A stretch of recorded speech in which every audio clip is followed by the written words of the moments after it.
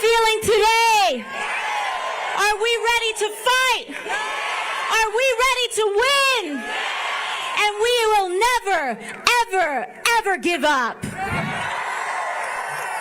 Thank you all so much for joining me today and for taking the time. My name is Alexandria.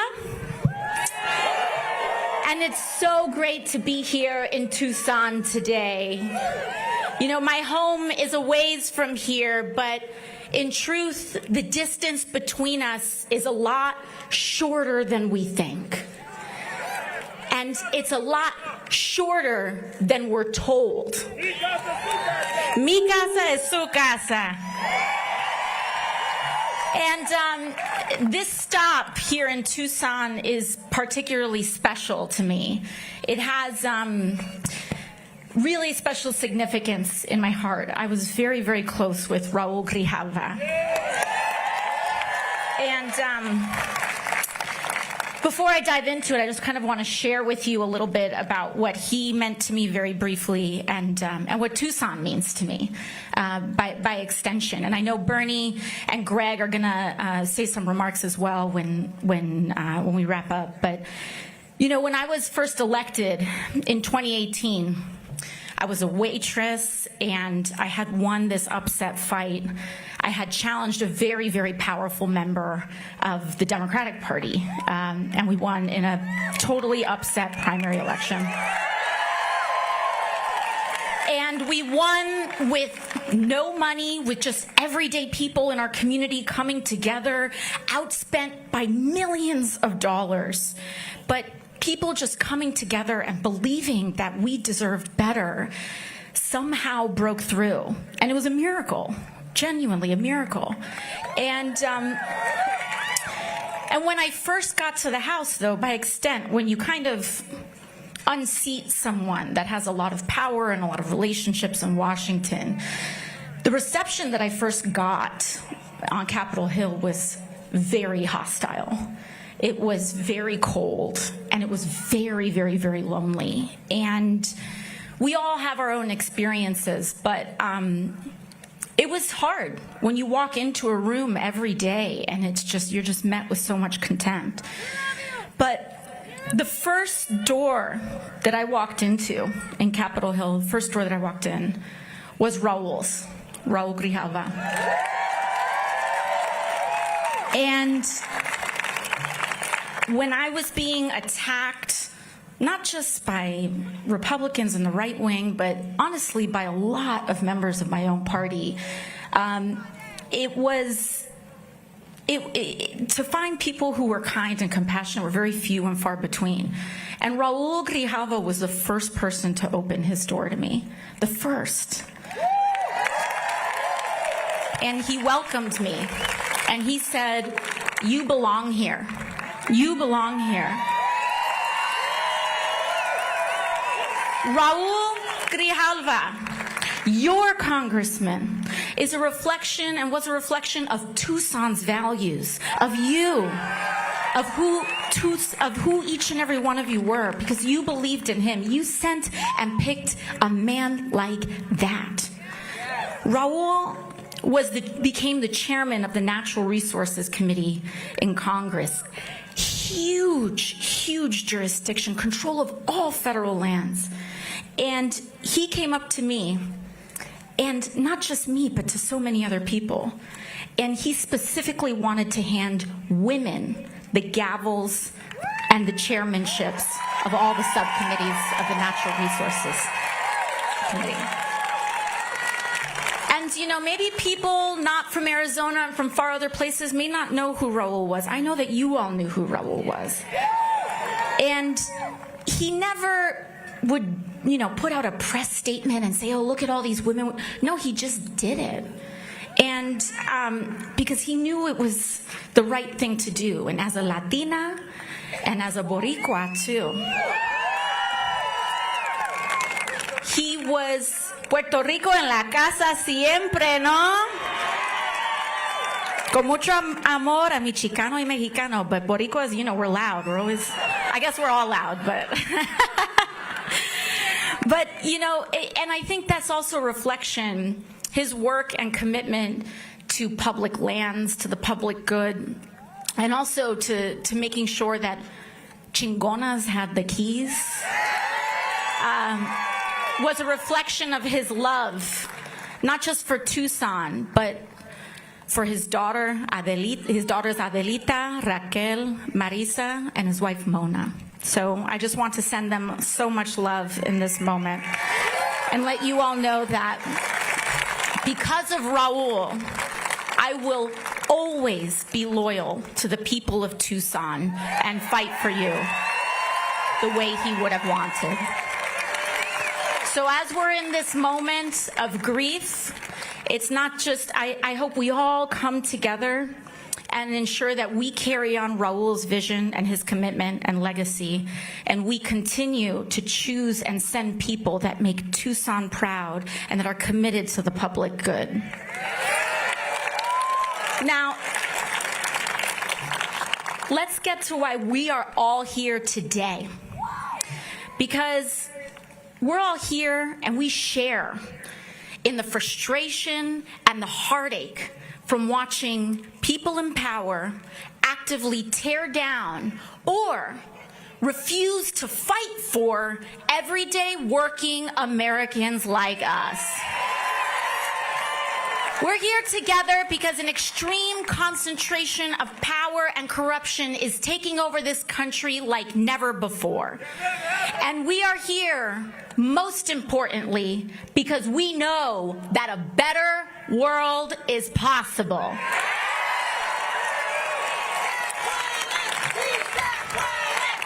Se puede.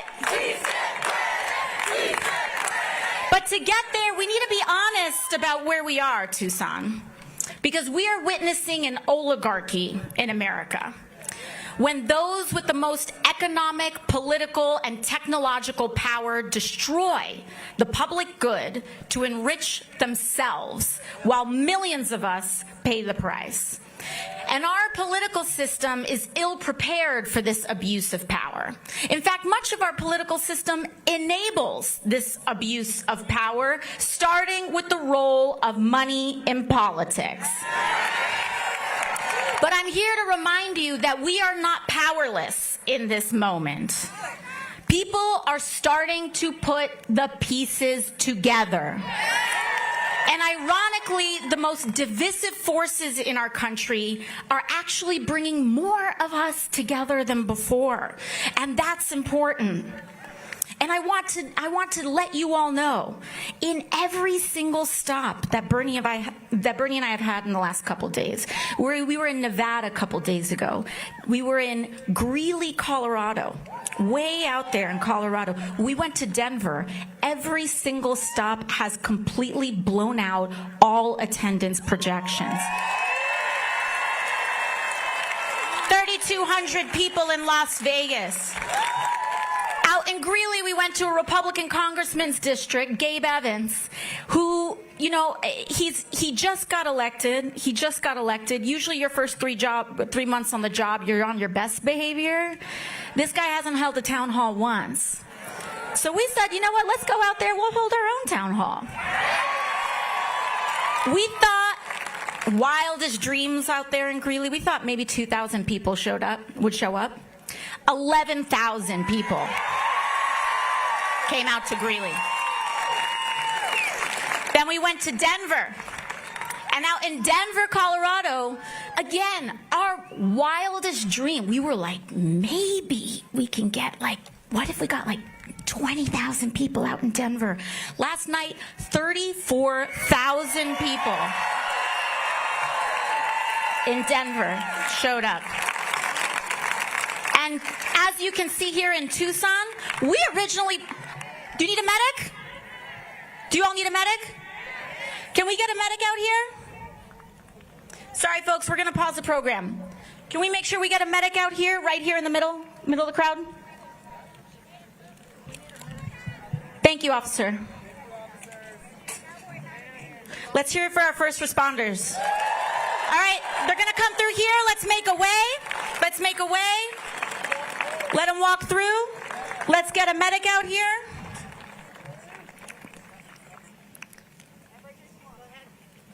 Thank you all so much for making this easy and working together.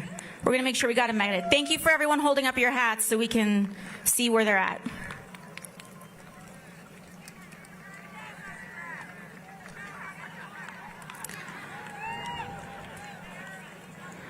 All right.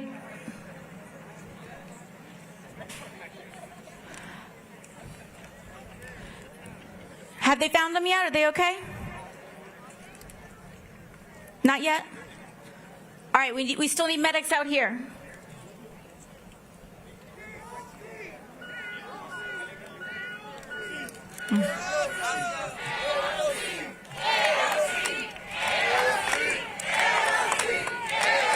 Thank you. Do we have medics out here? Sorry, y'all, we just want to make sure they got their help. Are they good? Thank you. Thank you, everyone. Thank you so much. And that kind of coming together and caring for one another is what this is all about. So thank you all for your patience as we pause and stop. Thank you. Now, again, I want to remind you all here that we're not powerless in this moment. But we need to take stock of what is happening, because one of our best first steps is awareness. We need to say and call out what is happening so that we can educate others and talk to others about what's happening right now. Because the same billionaires who are taking a wrecking ball to our country derive their power from dividing working people apart. They specialize in getting us to turn on one another. And these billionaires bankrolling some of the most divisive media and some of the most disgusting, hateful posts that we see on social media, on television media. They want to divide us along lines of left or right, race and gender, creed and culture. And they will throw out every label and judgment and cultural debate in the book to keep us distracted, folks. This is what the focus on trans kids is all about. Come on, 1% of the entire population. If people want to have conversations about that, take it to the NCAA. It doesn't need to be on the floor of the United States Congress. We need to be taxing the rich on the floor of the United States Congress. We need to be establishing guaranteed health care on the floor of the United States Congress. Not erasing American history on the floor of the United States Congress. We need to be passing a living wage on the floor of the United States Congress. And we're going to send a message to Donald Trump and Elon Musk and every Republican in the state of Arizona that we will not be distracted. We got our eyes on the prize, and we will build the nation that we want for ourselves. Now, I understand that Donald Trump and the Republican Party's disdain for the working class doesn't just come from not being raised right. It's a shorthand for the right wing's entire political agenda and a certain ugly kind of politics that at its core is about lying to and screwing over working and middle-class Americans so that they can steal from our health care, Social Security, and veterans to pay for tax cuts for the rich and bailouts for their crypto billionaire friends. But there's a word for this kind of thing, Tucson. You know it? Corruption. I'll say it in Spanish. Corrupción. Que los corruptos vayan. And seeing all of this stack up, from how overwhelming and selfish all this looting is to the constant barrage of phone notifications and headlines day to day, is enough to make even the best of us want to give up, want to give in to despair. And trust me, I want you to know that if you feel that way, I get it. I do understand. Because when the system is stacked against you, it's hard to feel like anything you do matters, that we matter in our democracy. And it is easy to give in to despair. And I can tell you, for a while there, when I was waitressing and working double shifts and never able to get ahead, and just when you think that you're close enough, you take 2 steps behind, you have to go, you get sick, you get a hospital bill, whatever it is. It's like you can't keep up. And when I was in that space, I did try to give up. I tried to stop caring and just keep my head down and work my shifts and accept that this is just how things are. But I'll tell you, Tucson, that's no way to live. It's no way to live. And we do not have to live like this. And in fact, we cannot live like this anymore. And I'll tell you, Trump sees the immense pressure that working people are under. But his answer to that pressure is an America where it's just every man for himself. A kind of Darwinistic society. And now that he's back in power, we can see it clear as day. Trump handed the keys of government to Elon Musk and is selling the country for parts to the richest people on the planet for a kickback. And in exchange, those billionaires will back his campaigns and those of his allies. And if you don't believe me, just look at what Elon Musk said the other week, that he would volunteer to bankroll campaigns for House members who voted to impeach even right-wing Supreme Court members who don't totally agree and don't vote with him lockstep on every case. But the clever thing is that what Republicans do is that they try to make working people like you and me feel like we're just one step outside of that club. That if we just work a little bit harder, maybe we'll be a billionaire too. Except those kinds of spoils aren't earned, Tucson. They're stolen. They're stolen. And all you need to do is look at what Republicans are doing to our health care, our veterans benefits, and Social Security. They are slashing these programs that we have spent a lifetime paying into, not them, because they don't even pay their fair share of taxes. And mind you, even if you aren't on Medicaid or Medicare, this raises your private health insurance costs too. And every single Republican in Arizona voted to cut Medicaid. Not an accusation, it was their vote. Because you see, these budgets aren't just fights about numbers. They are fights over our values that define us as a country. Because Medicaid, Medicare, and Social Security were promises that we as a people have made to each other about who we want to be and the kind of nation we want to become. A nation that cares for its elders, that values people with disabilities, that thinks kids with disabilities should have access to special education. But these promises that we've made to each other are not promises from politicians to the people or charity from the rich to the poor. These are promises that we make to each other. We pay into each other. We, neighbor to neighbor, friend to friend, teacher to student, worker to worker. And to me, Tucson, the strength of our country is not just measured by the height of our best days. It's about who and what's there for you on your worst day. And that's why I'm here with you today. Because let me share with you exactly what I mean. What these folks want to call radical, I believe, is common sense. In the wealthiest nation in the history of the world, if a person gets sick, they shouldn't go bankrupt. I believe that a minimum wage should cover the minimum cost to live. Common sense. And Tucson, I believe that homes are not slot machines for investors and big banks to extort working families out of every last dollar that we have. Home is sacred, and you deserve a government that fights to help you keep an affordable roof over your head. And finally, I believe that that our elected officials should take on abuse of corporate power everywhere that we find it. We must get big money out of politics and make clear that our country is not for sale. That's why I don't and never will take money from industry lobbyists or corporations.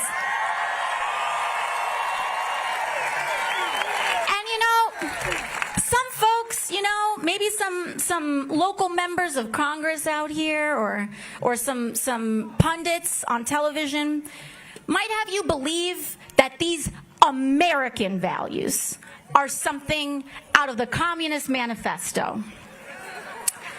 And that we believe these things because we went to some fancy school and read them in a book somewhere. But I can tell you, we don't believe in healthcare, labor, and human dignity because we're extremists. And I don't believe these things because I'm an extremist. I believe these things because I was a waitress, Tucson. Because I scrubbed toilets with my mom to afford school. Because I've worked double shifts to keep the lights on. Because I did lose my dad to cancer as a kid and had to see my mom open the hospital bills a couple days after. And I know that we don't have to live like this anymore, Tucson. I don't want to live like this anymore, and we deserve better than this. And it's not just about Republicans. We need a Democratic Party that fights harder for us, too. And that means communities choosing and voting for those Democrats and elected officials who know how to stand for the working class. In Arizona, I want to thank you for working so hard to continue to make that happen. It was Tucson that sent a man like Raul Grijalva to Congress. And I know that you will continue to make us proud in Congress as well. In fact, one thing I love about Arizonans is that you all have shown that if a U.S. Senator isn't fighting hard enough for you in the Senate or elsewhere, you're not afraid to replace her with one who will and win. And that's how you got Mark Kelly and Ruben Gallego. And that's not all. Last week, when other Democrats caved in the Senate, your senators stood strong against the D.C. pressure and voted no against the Republican spending bill that cuts billions for the working class. Arizona stood up. Arizona had a spine last week, and I thank you. In fact, all the Democrats who represent a congressional district in Arizona also voted against the bill. So I want to shout out Representatives Yasmin Ansari and Greg Stanton for their courage. Defend them, Arizona, but don't stop there. Because you know who did vote to gut Medicaid and jack up health care costs? Every single Republican in the state of Arizona, including Representative Schweikert. So you know what that means. You know what our mission is here, right? This whole state needs to come together and give Schweikert the boot and replace him with a Democrat who fights for the working class. That's our mission for the next year, and it doesn't stop there. Every down ballot race matters. This fascist administration didn't come from anywhere. They have planted the seeds for years. PTAs, bullying people out of school boards, city councils. It's time to put our glasses on. We got an Air Force show out here. They're our backup today. We need to pay attention to every local race on the ballot, Arizona. We're taking this state over. We're taking it back. And we're going to fight for the future that we deserve. Si se puede, vamos a hacerlo, lo vamos a lograr. Beyond elections, our task is to build community. block associations, neighborhood groups, volunteer groups, church organizations, PTAs. Community is the tissue and the infrastructure for us to win. Union drives, standing with our farm workers. Standing together is how we win. Because community is the most powerful building block we have to defeat authoritarianism and root out corruption. It's not a mistake that all of this backsliding is happening after COVID, when we were isolated and apart. But then after that, they tried to keep us isolated and apart, because when you don't know your neighbor, it's easier to turn against them. So that's why what you do matters. Showing up to the community board matters. Showing up in person matters, because it becomes so much harder to hate someone you know. That is our mission. Don't think it's too small. There is no act too small in the next couple years. So I'll end where I began. We might all come from different places, Tucson, but we share a lot of the same experiences. So to all those who came here today unsure of whether this is where you belong, I want to say that you do. And truly, if you're here today giving this a shot for the first time, I want to let you know, no matter who you voted for in the past, no matter if you know all the right words to say, no matter your race, religion, gender identity, or status, no matter if you're a dreamer or a U.S. citizen, no matter if you disagree with me on some things, if you are willing to fight for someone you don't know, you are welcome here.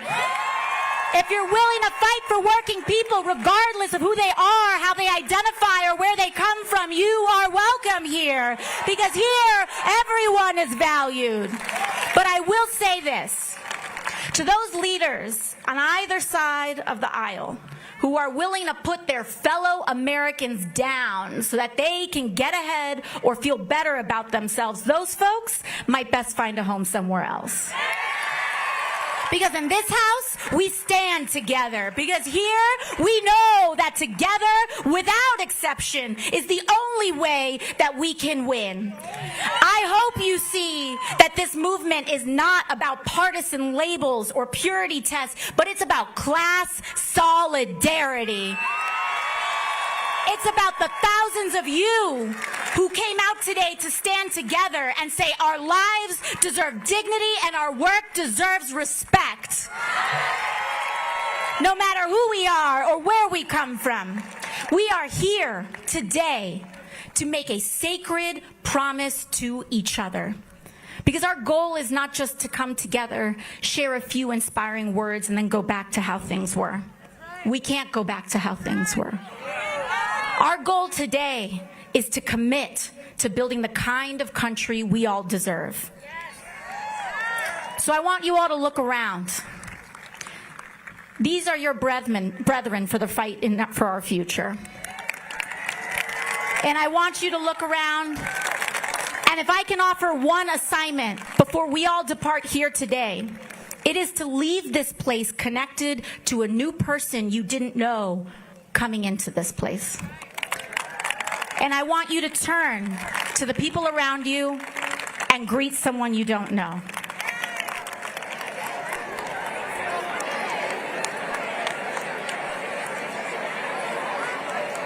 This is my favorite part.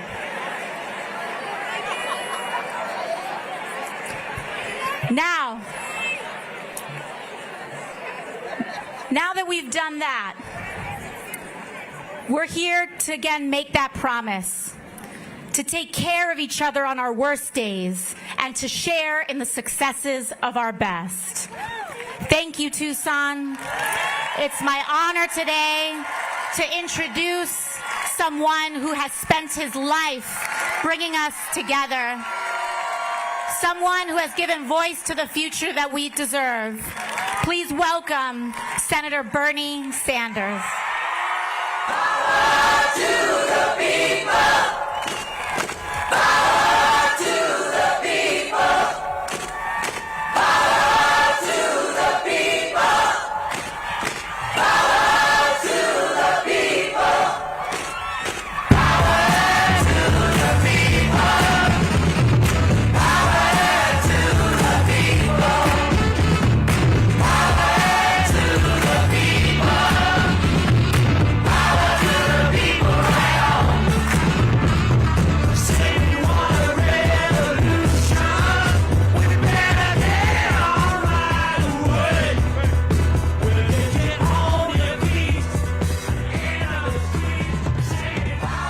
Tucson, thank you.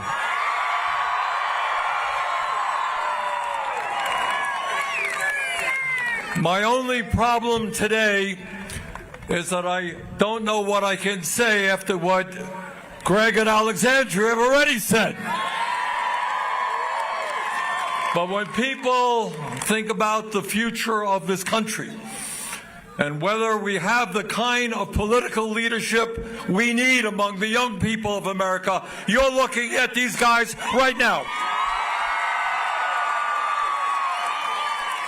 And I just want to say a word or two about these fantastic and courageous members of Congress.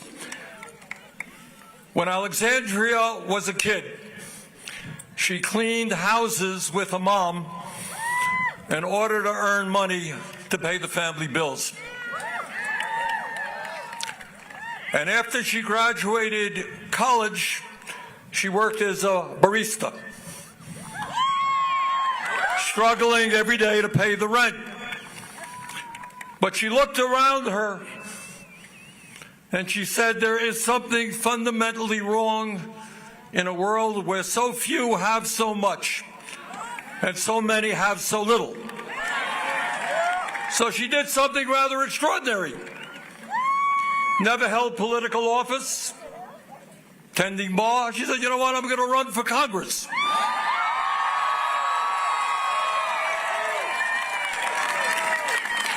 And then people said, you're out of your mind because you're running against one of the most powerful guys in the U.S. House. How can you do that?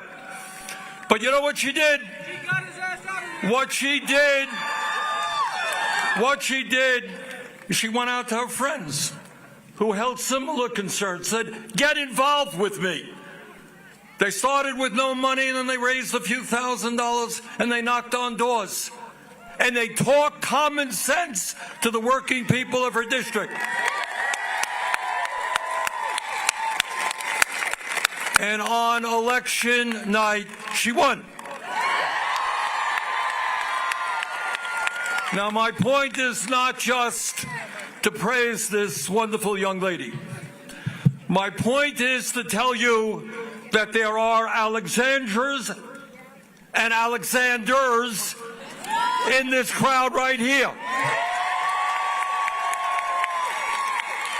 And there are Gregs and Alexandrias all over America.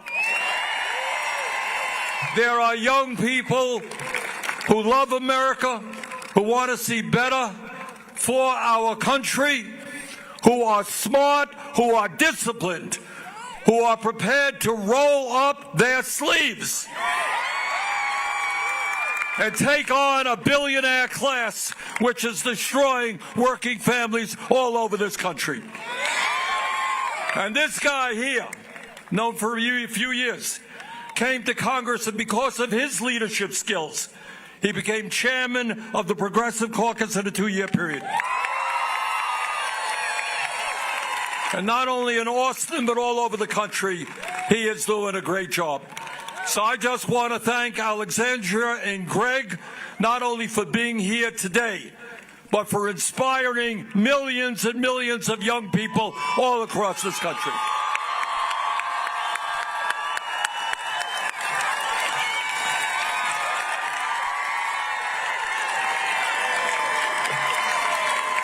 And I want to just say a brief word about our friend Raul Grijalva. I was here in Tucson a number of years ago when I was running for president.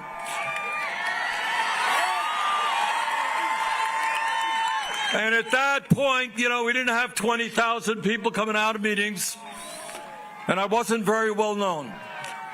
And what Raul did, he said, I like what Bernie was saying. Just talking to Alita a few moments ago. And he said, Bernie is speaking what has to be said. And he had the guts to come out and endorse me and take on the whole Democratic establishment. So we will never forget Raul Grijalva and his dedication to the working families of our country. Look, my message today is simple. And what this crowd tells me, and by the way, we had 36,000 people coming out in Denver. We had 15,000 in Tempe, and now we got some 20,000 here.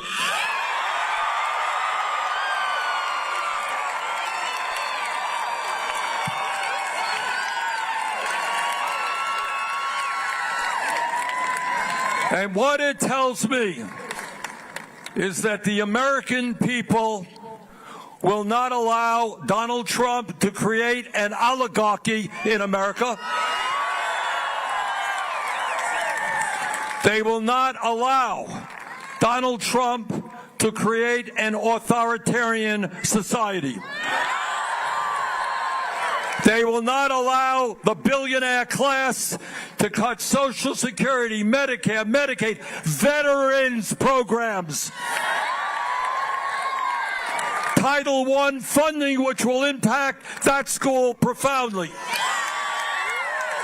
We're not going to let them decimate the programs that the working class of this country needs in order to give more tax breaks to billionaires.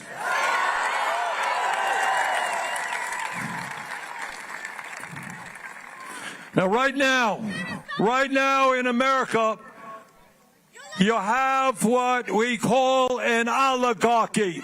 And what an oligarchy is about is a handful of billionaires controlling our government.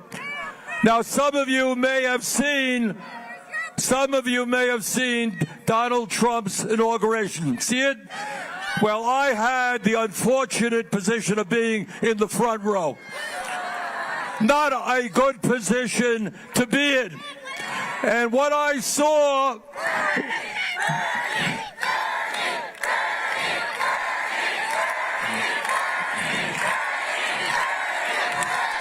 Okay. And what I saw in front of me, right behind Donald Trump, were the three wealthiest people in America. Mr. Musk, Mr. Bezos, and Mr. Zuckerberg. But that's not all. Right behind them, there were 13 other multi-billionaires who Trump had nominated to head major government agencies. Now, some of you may remember what Abraham Lincoln said at Gettysburg. Remember what he said? Here you had a situation where thousands of soldiers died trying to end slavery. And a few days later, he looks out on the battlefield where people had died and been wounded. And he said, you know what?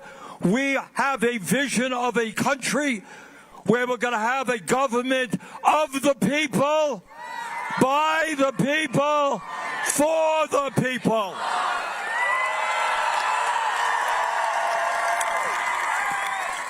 Well, Donald Trump has a different vision. He wants a government of the billionaire class, by the billionaire class, and for the billionaire class. So let me tell you something now that you don't see much on corporate television and you don't hear discussed on the halls of Congress. In fact, I'm going to do something very radical. You ready? I'm going to tell you the truth. And the truth is that right now in America, the people on top have never, ever in the history of our country had it so good. A huge explosion of billionaires. These guys literally don't know what to do with their money. They buy one mansion, two mansions, not enough. They got 5 mansions. They want to get around. They own their own jet planes. They own their own helicopters, send their kids to the best private schools, the best colleges, go on vacation. They don't go to Motel 6. They own their own islands. And just for kicks, the very rich decide to take a trip to outer space on their own spaceships. Today in America, we got more income and wealth inequality than we've ever had in the history of America. Today you got three people on top, Musk, Bezos, Zuckerberg, owning more wealth than the bottom half of America, 170 million Americans. Does that make sense to anybody? You got the top 1% owning more wealth than the bottom 90%. While workers are struggling, CEOs now make 300 times more than their average worker. So that is one world, one America. People on top, more money than they could spend in 1,000 lifetimes. But then there's another America, and that's the America that you know. That's the America where in the richest country on earth, 60% of our people are living paycheck to paycheck. You all know what living paycheck to paycheck is about? I grew up in a family that lived paycheck to paycheck in a rent-controlled apartment, and I know what lack of money did to my family and the stresses that it caused. Right now in America, you have hundreds and hundreds of thousands of people working for starvation wages.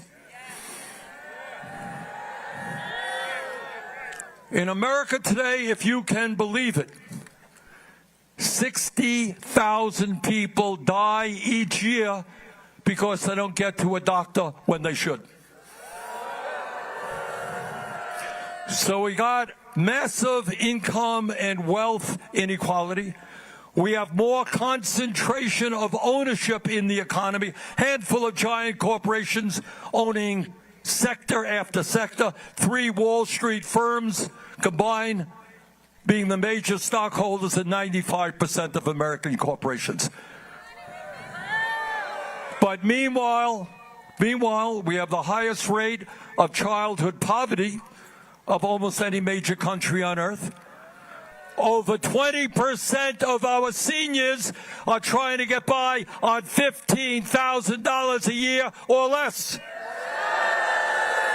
We got kids in this school and schools all over America who come to school hungry because their parents can't afford to buy the food they need. So brothers and sisters, this is where we are right now. People on top, enormous wealth, enormous power. And what their power is about, not just that they control the economy, they control the political system as well. Now, I don't care if you're a conservative Republican or a progressive.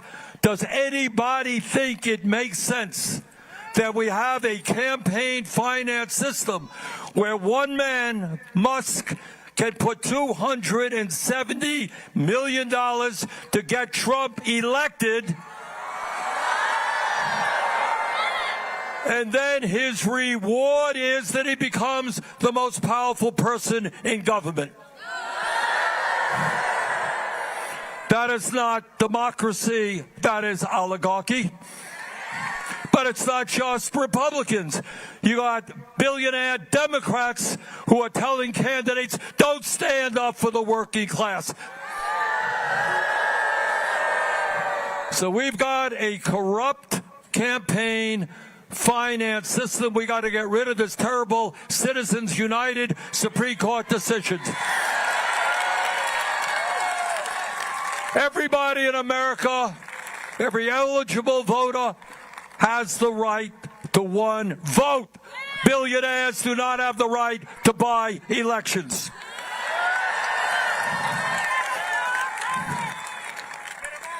But what Greg and Alexandria were talking about, it's not just standing up to Trump's attacks on Congress, his attacks on the media, his attacks on the courts. You know, some of you studied American history remember that the founding fathers of this country were no dummies. They had taken on the King of England, the most powerful guy in the world, and they said, you know what? We don't want to create a nation in which one person like the King of England has unlimited power. So they created a constitution with separations of powers. You got an executive branch, the president, a legislative branch, the Congress, judicial branch, our courts. And that is the model that people all over the world have looked at. We don't want a king in the United States. We overthrew a king. We want a vibrant democracy, not all power resting in the hands of one person. It is outrageous that this guy sues media, sues ABC, CBS, Meta, threatening to investigate NPR, PBS. You know why? Because they dared to be critical of him. Oh, his feelings were just crushed. He wants everybody to bow down. Oh, you're great, you're terrific. Hey, Mr. President, if you can't take criticism, get out of politics.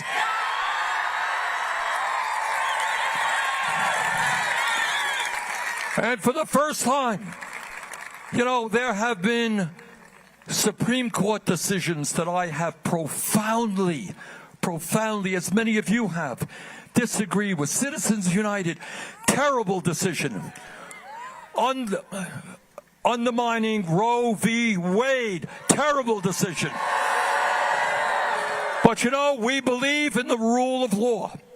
And right now, what Trump is doing is a judge stands up and says, hey, you can't do that. That's unconstitutional.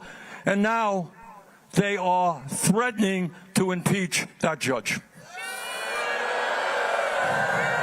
You know, I was a few years ago chairman of the U.S. Senate Committee on Veterans Affairs. And in that position, I got to meet veterans not only in Vermont, but all over this country. And I have a profound... We got any veterans in the audience today? These are the men and women who put their lives on the line to defend us and defend American democracy. And we're not going to let Trump undermine 250 years of this country being an example to the world of what democracy is supposed to be. But what Trump is doing is not only horrific domestic policies. You don't take food away from hungry children to give tax breaks to billionaires.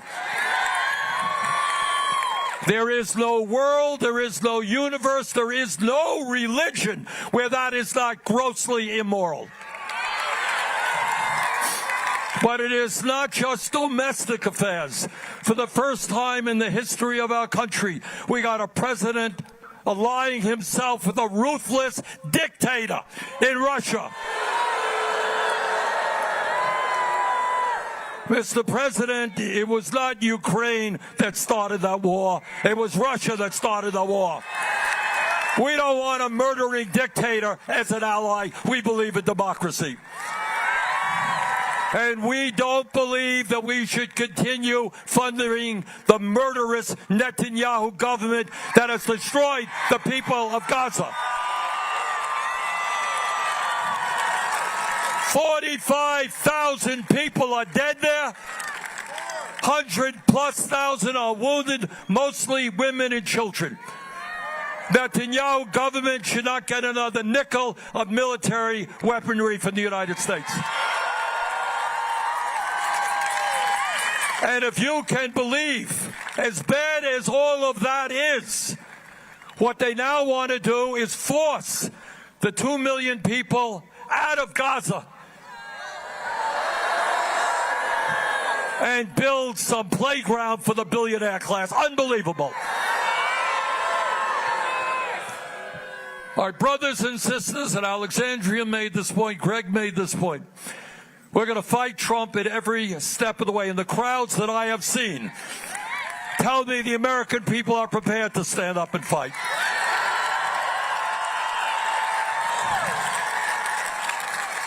But it's not only opposing Trump. What is very important, absolutely important, is for us never to forget We are today the wealthiest nation in the history of the world.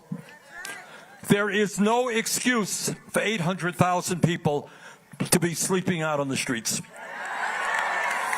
There is no excuse for 20 million people, including people right here, paying 40 or 50% of their limited incomes for housing.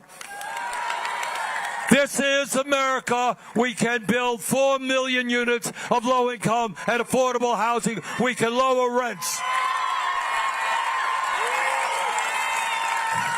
This is America. We should not be the only major nation on earth not to guarantee health care to all people as a human right. The function of a healthcare system is not to make billions in profits for the drug companies and the insurance companies. It is to provide quality care to all. We can do it. We do not have to pay 10 times more for prescription drugs than do the people in other countries. We can take on the greed of the pharmaceutical industry, cut prescription drug prices in half.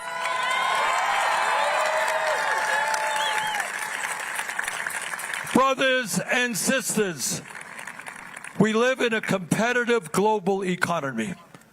We need to have the best educated workforce in the world. We need to make sure that all of our kids, regardless of income, get a quality public education. We got any teachers here? Thank you, teachers.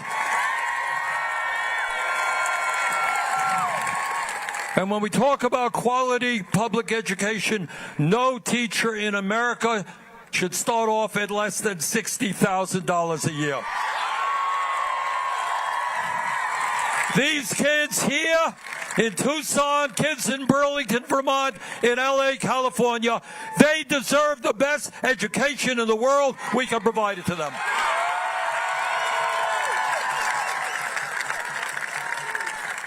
And we can and should make sure that when kids want a higher education, whether it's college, whether it's trade school, we need desperately doctors and nurses, mental health counselors, dentists. We need sheet metal workers, carpenters, bricklayers. We need construction workers. We need a system that trains people to go out and do the work that needs to be done without going bankrupt. We should be making all of our public colleges, universities, community colleges tuition free.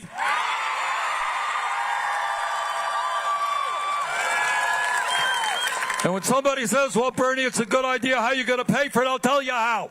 We're not going to give tax breaks to billionaires. We're going to ask them to start paying their fair share of taxes.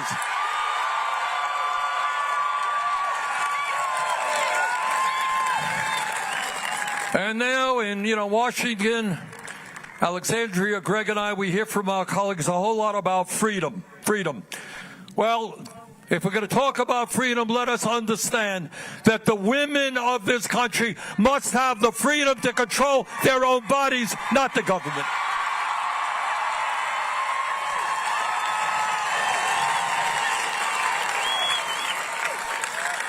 So, brothers and sisters, we're going to fight Trump every step of the way. And what you're saying here in Tucson, and I want you to know, what you're doing here in Tucson impacts not only Arizona. The whole world is watching. And what people all across this country are saying, do we have the guts to stand up to Trumpism and oligarchy and authoritarianism? We say yes. So the task is not easy. Believe me, I know that. Let's be clear. The oligarchs have unlimited amounts of money. You know, what for you is a cup of coffee, for them, $5 million, $10 million doesn't mean a damn thing. They got unlimited amounts of money. They control the media. They own the media. They have tremendous power over the political process. But this is what I believe. in every way, not just running for office. That's important. We need great candidates here to stand up for the working class and all across this country. It means that we have got to build the trade union movement. Do we have union members here? Thank you. We're going to make it easier, not harder, for workers to join unions. It means joining all kinds of organizations, making sure your schools are top-notch, your health care is top-notch. So we need you to go outside of the comfort zone you had yesterday. Yesterday you stood and you watched. We don't need you watching anymore. We need you involved in the process in every step of the way. So brothers and sisters, I don't have a PhD in mathematics. In fact, I did pretty poorly in school in math. But this I do know, that at the end of the day, 99% is a hell of a bigger number than 1%. They have the wealth. They got all the money in the world. They got the power. They got the media. But you know what we have that they don't have? We got 20,000 people here in Tucson. And we got hundreds of millions of people all across this country.